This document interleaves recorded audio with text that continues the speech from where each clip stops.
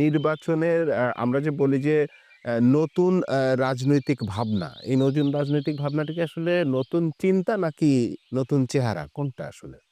নতুন মুখ, নতুন চিন্তা ২ টাই আমি একসাথেই দেখতে চাই। আমরা যে নতুনকে একটু অ্যাপ্রিসিয়েট করব, সেইটা ফরিদপুর টিম আসলে এখন আমার মনে হয় জনগণের উচিত নতুন মুখ, চিন্তা চেতনার লোককেই সামনে আনা। আমি চাই যে যারা প্রতিনিধি হবেন তাদের এই জায়গাটা যেন কাজ করে যে আমি আমার ফরিদপুরের জন্য আমার নিজের ভবিষ্যৎ প্রজন্মের জন্য আমি স্থায়ী কিছু করে যাব, যে সুযোগটা জনগণ আমাকে ভোট দিয়ে সেই দায়িত্বটা দিয়েছে, দায়িত্বটা পালনের যে জায়গাটা আমি মনে করি যে যে কোনো প্রার্থীর ক্ষেত্রেই সুক্রালোজ থেকে তৈরি স্কোয়ারের জিরো ক্যাল চিনিবাদ মিষ্টি স্বাদ। এই জায়গাটা, এই বিবেকের জায়গাটা, এই দায়বদ্ধতার জায়গাটা যদি সে কাজ করে যে আমি জনপ্রতিনিধি হয়ে জনগণের উন্নয়নে স্থায়ী কাজ করে যাব, তাহলে যে কোনো জায়গা থেকে মানুষ এই জনপ্রতিনিধিদের কাছ থেকে সুফল ভোগ করতে পারবে। অবশ্যই ন্যায়ের ভিত্তিতে নতুন রাজনীতি প্রত্যাশা করি। পাশাপাশি ফরিদপুর এই সদর আসনটি ফরিদপুর বৃহত্তর জেলার ভিতরে অনেক মূল্যবান।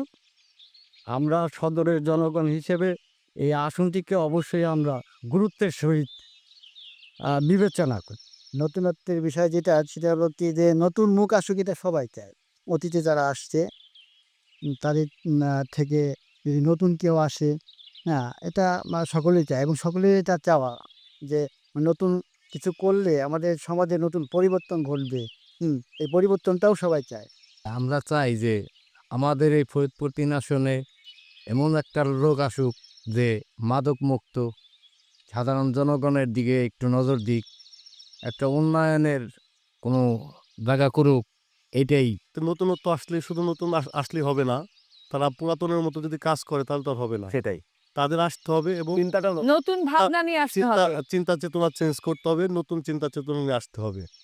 সেই কারণে যদি তারা চিন্তা চেতনা চেঞ্জ না করে তাহলে তাদের আমার দরকার নেই। একজন জনপ্রতিনিধি যদি জনস্বার্থে জনগণের চেতনাকে, নতুন ভাবনাকে তৈরি বাস্তবায়ন রূপ না দেয়, সেখানে আমরা যতই বলি জনগণ হিসেবে সেটি তাদের কাছে আমরা প্রত্যাশা পাবো না বলে আমি ধারণা করি। আমাদের নতুন কিছু মুখ আসছে যাদের আমরা দেখতে পাচ্ছি যে তাদের এরা যদি একসময় দেখা গেলো যে ক্ষমতায় আসে, যদি আমরা নতুন কিছু করতেও পারে, এদের অনেক চিন্তা ভাবনা সম্ভাবনা একটা থাকতে পারে যে আমরা যেটা সরাসরি বলি না, যে মেনশন করে যেটা করবেই।